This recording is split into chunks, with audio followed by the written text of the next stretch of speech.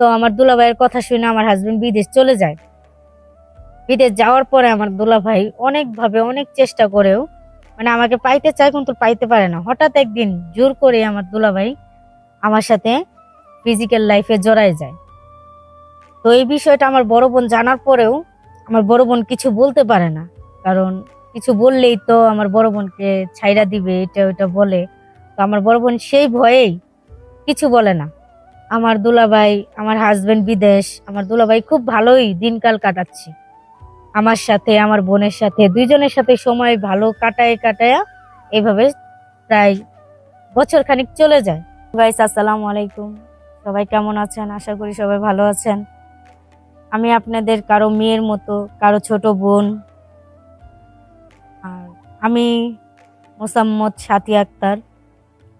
আমার বাড়ি হয়েছে কুমিল্লাতে, কিন্তু আমি থাকি শহরে।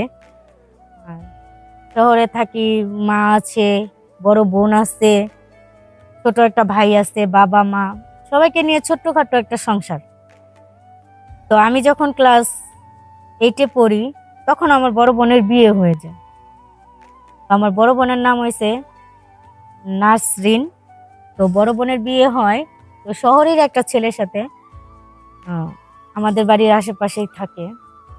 আমার দুলাভাই খুব ভালো, কিন্তু এতটাও ভালো না, যতটুকু ভালো বলছি সে ততটাও ভালো না। সে আমার বোনকে বিয়ে করার শুরু থেকেই তার একটা আক্ষেপ ছিল আমার প্রতি। সে আমাকে ভালোবাসতে চাইতো, সে আমার সাথে ফিজিক্যাল লাইফ করতে চাইতো, কিন্তু আমি সেটা বুঝতে পাইরা তার কাছ থেকে সব সময় এড়াই থাকতাম। এরকম করতে করতে প্রায় 3 থেকে 4 বছর হয়ে গেছে। আর আমিও আস্তে আস্তে ক্লাস মেট্রিক পরীক্ষা দেই নাই, ক্লাস 10-এ পড়ছি। তখন থেকে দুলাভাই চিন্তা ভাবনা করলো আমার যদি অন্য জায়গায় বিয়ে হয়ে যায় তাহলে তো সে আমাকে পাইতে চায়, সেটা এর আশা পূরণ হবে না। তো সে বুদ্ধি খাটায় একটা কাজ করলো।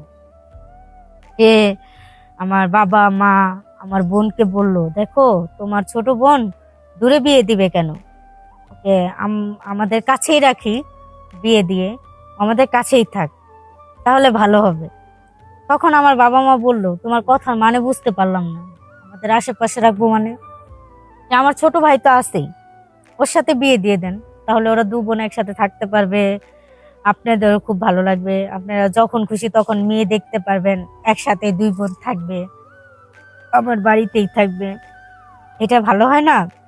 তো অনেক চিন্তা ভাবনা করে আমার মা বলল, এটা ভালো কথাই বলছো তুমি, যদি ওরা দুই বোন একসাথে থাকে এক বাড়িতে, তো আমারও ভাল লাগবে, দুই বোন একসাথে থাকবে, সংসার করবে, এটাই তো ভালো হবে। তো আমার বোন প্রথমে না করছিল, যে না, এক বাড়িতে দুই বোন বিয়ে হবে, ওরে একটা কথা বললে আমার গায়ে লাগবে, আমাকে একটা বললে ওর গায়ে লাগবে, কারণ হাজার হলেও তো এক মার জন্মেরই আমরা। তখন আমার দুলাভাই জানি না কিভাবে কি কইরা আমার বোনকে খুব এমন ভাবে বুঝাইছে, আমার বোনও রাজি হয়ে গেছে, তাহলে ভালোই হয়, আমরা দুই বোন একসাথে থাকবো, একসাথে চলবো। যাক, সবকিছু হওয়ার পরে আমার বোন জামাই আমার দুলাভাই তার ভাইকে নিয়ে একদিন আমার বাড়িতে আসছে। আমাদের বাড়িতে আইসা আমাকে ওনার ভাইকে দেখাইছে, ওনার ভাইও আমাকে খুব পছন্দ করছে। করার পরে বাবা মা বললো, হ্যাঁ তোমার ভাই তো ভালোই, ঠিক আছে, তাহলে একটা ভালো দিন দেখে ওদের বিয়ে দিয়ে দাও। এরকম বলার পরে প্রায় 1 সপ্তাহ 15 দিনের মতো চলে গেছে, তখন আমার ওর ভাইয়ের সাথে বিয়ে হয়। বিয়ে হওয়ার পর আমরা ভালোই সংসার করতেছি। সংসার এরকম করতে করতে প্রায় 6 মাস আমাদের সংসার বয়স হওয়ার পরে আমার দুলাভাই যখন দেখে ওনার ভাইকে সরাইতে পারে না, উনি আমাকে পাচ্ছে না কাছে, তখন সে বুদ্ধি করলো যে আমার ভাইরে বিদেশ পাঠাই দিই। তো আমিও বুঝতে পারি নাই যে দুলাভাই মনের মধ্যে এত কিছু নিয়ে পরে আমার হাজবেন্ডে বিদেশ পাঠাবে। তো উনি তো আমার হাজবেন্ড তো আবার বড় ভাইয়ের কথা শুনে বলছে আচ্ছা ঠিক আছে ভাইয়া, সমস্যা কি, বিদেশ যাব, ইনকাম করব, বউ আছে, আল্লাহ বাঁচা রাখলে কয়দিন পরে পোলাপাইন হবে, তো আমাদের ভবিষ্যৎ করতে হবে। তো আমার দুলাভাইয়ের কথা শুনে আমার হাজবেন্ড বিদেশ চলে যায়।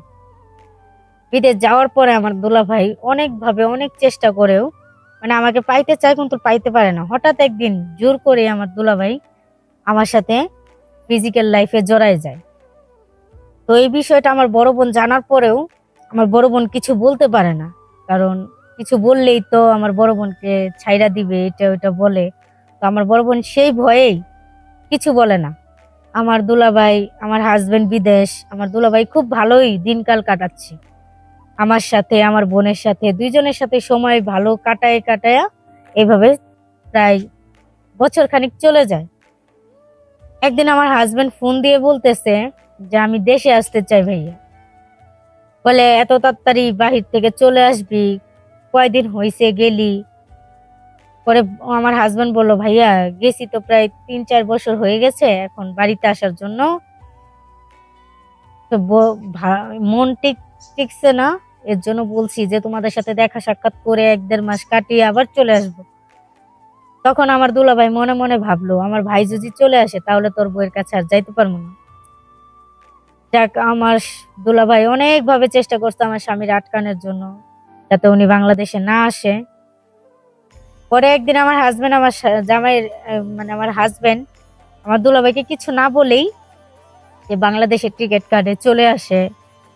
পরে আমার দুলাভাই আটকা বলে, কিরে তোকে আসতে মানা করলাম তাও তুই চলে আসলি, তোর বিষয়টা বুঝলাম না। যে ভাইয়া অনেক দিন হয়েছে বিদেশ গেছি, তুমি আমাকে আসতে নিষেধ করো, আর আমি তো বিয়ে করেই তোমার কথা মতো 6 মাস পরেই চলে গেছি।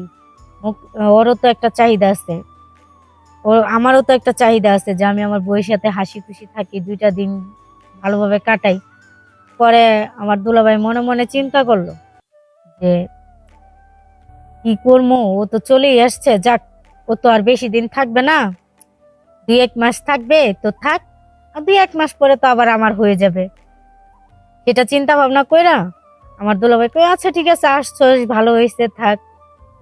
কিন্তু আমি তখন আমার স্বামীকে কিছু বলতে পারিনি, যদি বলি তাহলে তো আমার সংসার ভেঙে যেতে পারে। তো ওই সত্যটা আমি গোপন রাখছি, আর স্বামীর সামনে খুব ভালোভাবে থাকা চলা অনেক মানে ইয়া করে চলছি, যাতে উনি কিছু বুঝতে না পারে ওনার। কারণ অনেক কিছু হওয়ার পরে, যাক আমার গল্পটা তো সবাই শুনলেন, আমার মতো এরকম ভুল কেউ করবেন না। কখনো দুলাভাই বললেও দুলাভাইয়ের কথা শুনবেন না, কারণ এখনকার যুগের দুলাভাইরা, কিছু কিছু দুলাভাই আছে ভালো, ছোট বোনের চোখে দেখে, কিছু কিছু আছে এমন অবস্থা যে ছোট বোন হিসাবে দেখবে, কি তার চাহিদা থাকে শালীর প্রতি। তো আমার দুলাভাই যে ভুলটা করছে, বা যে ভুলে আমরাও দিছি, সারা দিছি, আমরা কিছু বলি নাই, তো সবার কাছে অনুরোধ রইলো আমার মতো ভুল কেউ করবেন না, আর দুলাভাইকে কখনো আমার মানে কেউ কাছের থেকে ডাকবেন না, যত পারবেন তার দূরে থাকতে, সেফ থাকতে। কারণ দেখেন আজকে দুলাভাইয়ের সাথে সেফ থাকি নাই, হাসি খুশি ছিলাম দেখে আজকে দুলাভাই আমার সাথে এগুলা করছে। তো আমার গল্প এখানেই শেষ। আপনারা সবাই ভালো থাকেন, দোয়া করবেন আমার জন্য, আমি যাতে ভালো থাকতে পারি, আর আমার স্বামীর সাথে যাতে আমি পরবর্তীতে খুব ভালো থাকতে পারি, আর দুলাভাই যাতে এরকম কিছু আর না করে। সবাই সেজন্য দোয়া করবেন। আল্লাহ হাফেজ, ভালো থাকেন।